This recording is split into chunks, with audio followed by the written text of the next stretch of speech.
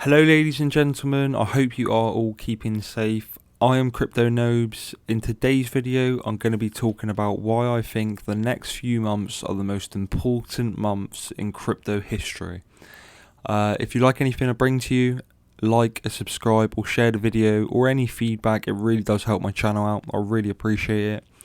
With that, let's jump straight into the video, guys. So if we take a look at the current market cap, it is currently at $190 billion. The crypto market itself is showing a very good recovery considering the past 2 to 3 weeks that we have had. But in general, guys, this is why it's very, very important for the next 2 months for the entire cryptocurrency. In my opinion, with this whole coronavirus thing going on, it's obviously a very, very big pandemic, but this, in my opinion, is massive, because what you're going to see in the next few months, if we stay in lockdown, is you're going to see a lot of businesses struggle. This is not good news by any means, but this is, in a cryptocurrency sense, it has to happen, I suppose, because of what the government have done over the years, and they know that they have done this, and I'm going to show that to you guys very shortly, as to how, because of their actions, they have single-handedly created this bubble. Now, if we have a look at the entire crypto market, because it is doing very well at the minute, I think we will have one slight pullback, and then after that, hopefully, the sky's the limit. But this is why it's so important. For any cryptocurrency that you believe in, I don't think we should be hating on one another for picking like a cryptocurrency. I think together we are a community, and the fact that we are all here early is very, very big in my opinion. We shouldn't be attacking each other or anything like that. I haven't experienced it myself, but I just see it sometimes on the internet with Twitter and stuff like that. But I think we are a community and we should be strong together, because in a time like this, it is a very big deal. Now, the first big reason why I think this is massive in the next few months, recently you have got France central bank begins testing of the digital euro. Now, this is massive. I think in a couple of my last videos, I said what I think will happen is over the next 6 to 12 months, I think what's going to happen is we're, instead of just jumping into the whole cryptocurrency space, because a lot of big companies are working with cryptocurrencies, and I'm going to show you that later on in the video. But what we're doing now is we're going to a digital aspect. So now what I thought would happen is first would come the transition of going from the cash of the dollar, the euro, the pound, and we're now transitioning to the digital euro, the digital dollar, and the digital pound. Now, this is massive. I think that's the first stage of what will happen, and then the next stage is when everybody will be introduced into cryptocurrency. That's when you'll see everything else. But either way, this is just massive. The Central Bank of France has begun testing its central bank digital currency, CBDC, in the form of digital euro, according to an official announcement. It also says in the article that they have down here at the bottom that they are handing out applicants basically, and if people want to join what they are doing, then they have basically until the 15th of May to respond. If they would like to be part of what France's idea. France's central bank seems to be testing CBDC. Could this be a sign of things to come? Now, this is just ridiculously bullish in my opinion, and I want to show you guys now. I want to show you the US national debt, and I want to show you why they have single-handedly screwed us over entirely. This is obviously the US. I'm from the UK, but the US being one of the most powerful countries and economies in the world, it does tend to, if America is affected, normally everyone else is affected, if I'm honest. But if you look at this, this is the US national debt now. This is $23 trillion, and it's obviously continuously going up.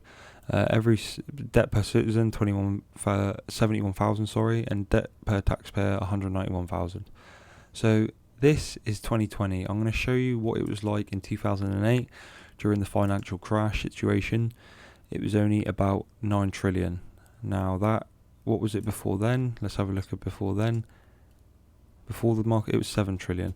So again, we are just printing an unlimited supply of amount of money. And in one of my other videos, I showed you a video of them printing an unlimited, a silly amount of money.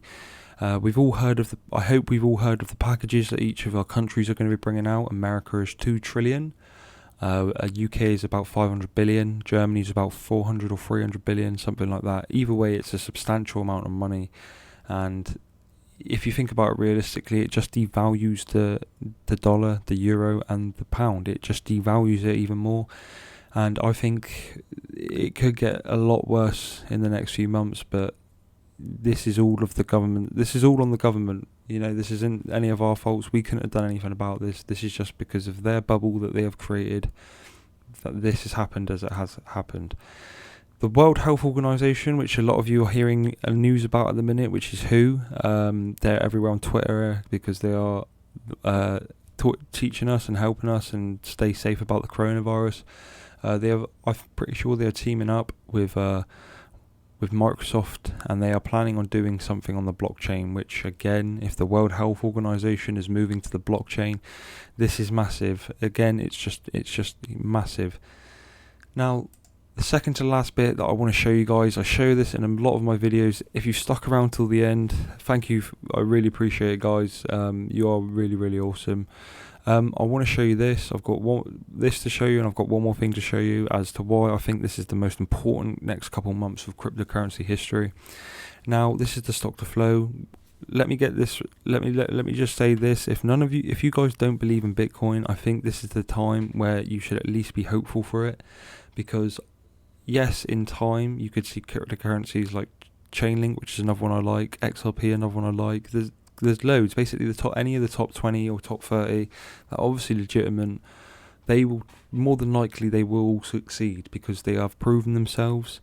But it's a case of if we can make that transition, and this is the stock to flow. I've showed you guys this a lot in my videos. Now, over the past couple of weeks, a lot of us have been getting a bit scared, I suppose. But personally, I haven't. I'm a full believer that this is going to happen. But we were all a bit iffy the past few weeks. But if I show you here, cryptocurrency, Bitcoin stock to flow, it was looking like it could have failed, but now it looks like we're literally back on course with the pump that we have just had.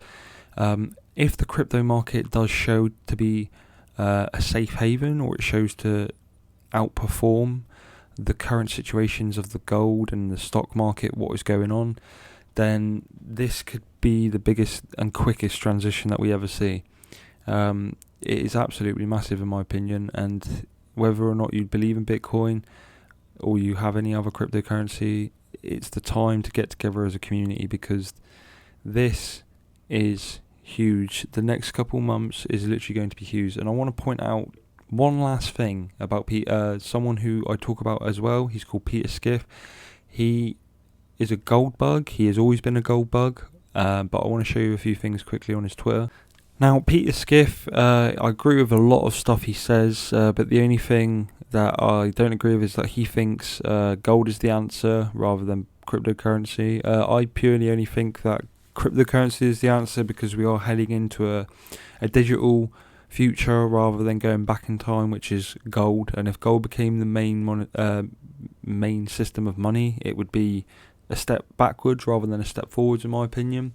And with the technology that we have now, it's, in my opinion, it's the strongest case ever that cryptocurrency and Bitcoin is the favourable one out of the two, in my opinion. But he tweeted saying, "It wasn't fine before the crisis. We didn't have a solid economy. We had a bubble. That's the problem, and the bubble has been pricked. There is no way to go back to where we were. It's like trying to unscramble an egg. It can't be done." Now, if you guys go on Peter Schiff's YouTube, he put up a video about a week or two ago where he was on a news station.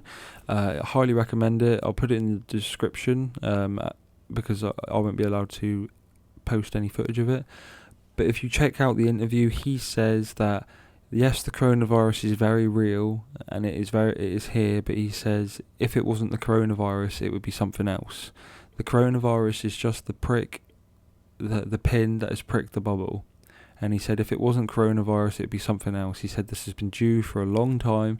The fact that we have had the longest time in history without having a crash, this could be the biggest disaster ever. And with today, a further 6.6 million Americans filed for unemployment, I feel like we're heading down a route which Peter Schiff also said that is a recession. We could go into a global recession, and this is where the panic could set in for every single person, which will be bad.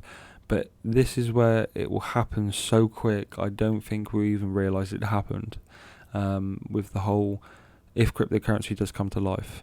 Now, if you guys did enjoy anything, a like, a subscribe, a feedback, or sharing the video always does help my channel out. I really do appreciate you guys for watching this video. Thank you for watching. I've been Crypto Nobes. Peace.